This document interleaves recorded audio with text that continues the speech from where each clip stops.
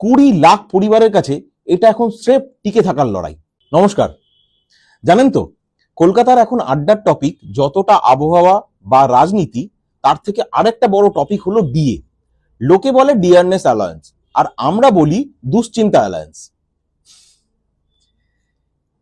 একই বাজার, একই দাম, একজনের ব্যাগে 50% ডিএ দাপটে ঢোল, আর রাজ্য সরকারি কর্মচারীর ব্যাগটা বকেয়া টাকার শোকে শুকিয়ে কাঠ। 41,000 কোটির শূন্যতা কি আর 2 আঁটি শাকে ঢাকা যায়? দোকানদার তো আর স্টেট এমপ্লয়ি দেখে তেলের দাম কম নেয় না। 20 লাখ পরিবারের কাছে এটা এখন স্রেফ টিকে থাকার লড়াই। আর পুলিশ দাদারা, আইপিএসরা তো সেন্ট্রাল ক্যাডার, কিন্তু নিচুতলার কর্মীদের পকেটের হাল শোচনীয়। রোদ জল মাথায় সাদা উর্দি সামলানো দায়।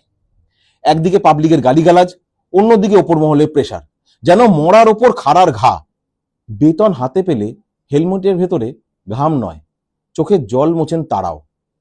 20 লাখ পরিবারের খরচ বাড়ছে রকেটের গতিতে, আর বেতন বাড়ছে কচ্ছপের গতিতে। ডাল ভাতের লড়াইয়ের কোনো রং হয় না, খিদেটা সবার সমান। সামনে ভোট, নেতারা ইস্তেহার লিখছেন, আর মানুষ হিসাব করছেন।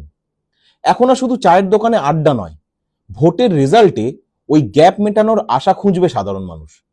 কি দাদা, আপনার বাজারের ব্যাগের লিস্টে বকেয়া টাকাটা ধরা আছে তো, নাকি 41,000 কোটির আরো শূন্য বাড়বে? লাইক, কমেন্ট আর ফলোর নামে তর্ক বিতর্ক চলতে থাকুক।